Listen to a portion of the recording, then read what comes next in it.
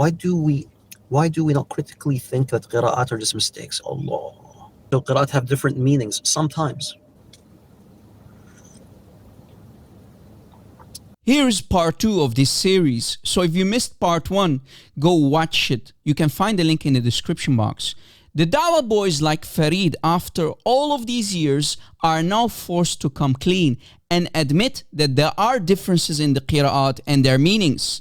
But Farid's final and only desperate, bankrupt argument for the difference in meaning is they all complement one another. Look at these meanings, how they're complementary and how they add to the meaning of the text. Which is, of course, a big, fat lie. And here's why. The early Salaf did not agree with modern-day Muslims like Farid. They did not think highly of other qira'at or readings, simply because they implied their own human logic and even rejected some of the readings that did not sound logical to them. But wait, are the other readings not revelation from Allah as well? Oh boy, yet the early Muslims rejected them anyway. Maybe our friend Farid here can do takfir on the early Muslims if he claims to have a spine in his body. So here is my proof. We can find this information mentioned by renowned Sunni scholars like the Mufassir al-Razi in his tafsir. The reading Ajib 2 in Surah 37 verse 12 with the Dhamma attributes surprise to Allah, and ignorance is impossible for Allah. And that's why some of the early Muslims rejected this reading, Ajib 2 against Ajib Ta with a fatha. And subhanAllah, every time you find a difference in meaning, you'll find some amazing reason behind it. And in the book Majmu' al-Fatawa, volume 12, page 492, Shaykh al-Islam himself, Ibn Taymiyyah, explains that early Muslims, i.e. the Salaf, used to make mistakes. Mistakes?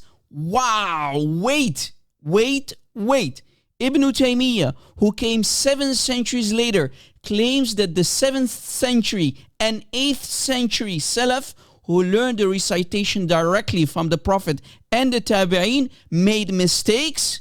Just wow! Remember, this is the Shaykh of Farid talking. Shaykh al-Islam Ibn Taymiyyah continued saying that some of these early Muslims used to even reject certain qira'at.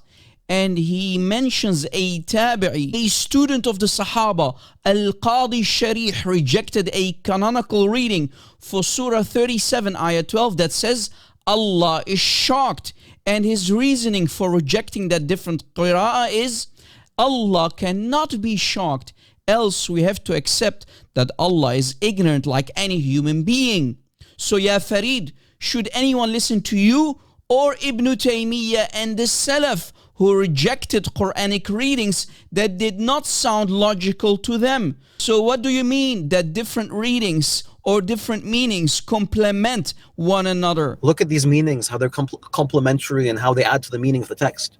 The early Salaf did not agree with you, my friend. So why are you deceiving your gullible Muslim audience? Have some decorum. You'll find some amazing reason behind it. Get some hikmah. You are lacking wisdom, ya Farid. And on the next page, Ibn Taymiyyah himself mentions chapter 13, Falam Yayasi used to also be rejected by famous companions like Ibn Abbas, Habr al-Ummah, Turjuman al-Quran, and the cousin of the Prophet himself. Ibn Abbas used to read it as أَفَلَمْ يَتَبَيَّنِ instead. And in the authentic hadith, we can find the reason for that. According to Ibn Abbas, the scribe made a mistake, an error, because he was sleepy or drowsy. Yet we find that mistake now in the most popular reading, the 1924 Cairo edition, i.e. the Hafs Quran.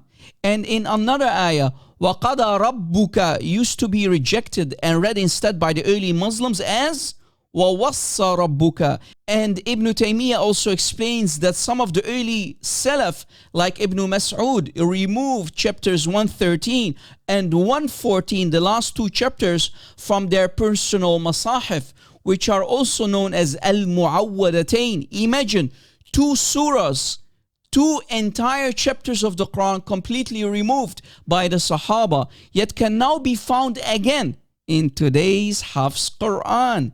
And Ibn Taymiyyah continued saying, early Muslims like Ubay, the Sahaba, added 2 extra surahs, namely Surah Al-Hafd and Surah Al-Khala'. Here is a list of the big Sahaba who included these 2 surahs in their personal masahif. What happened to these surahs? Allahu A'lam. Right, my Muslim friends? Allah knows best.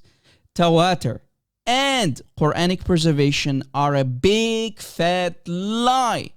Nothing but scam from the Dawagandists. I rest my case. And that's why we always say, without lies, Islam dies. Please stay away from Islam. Yeah.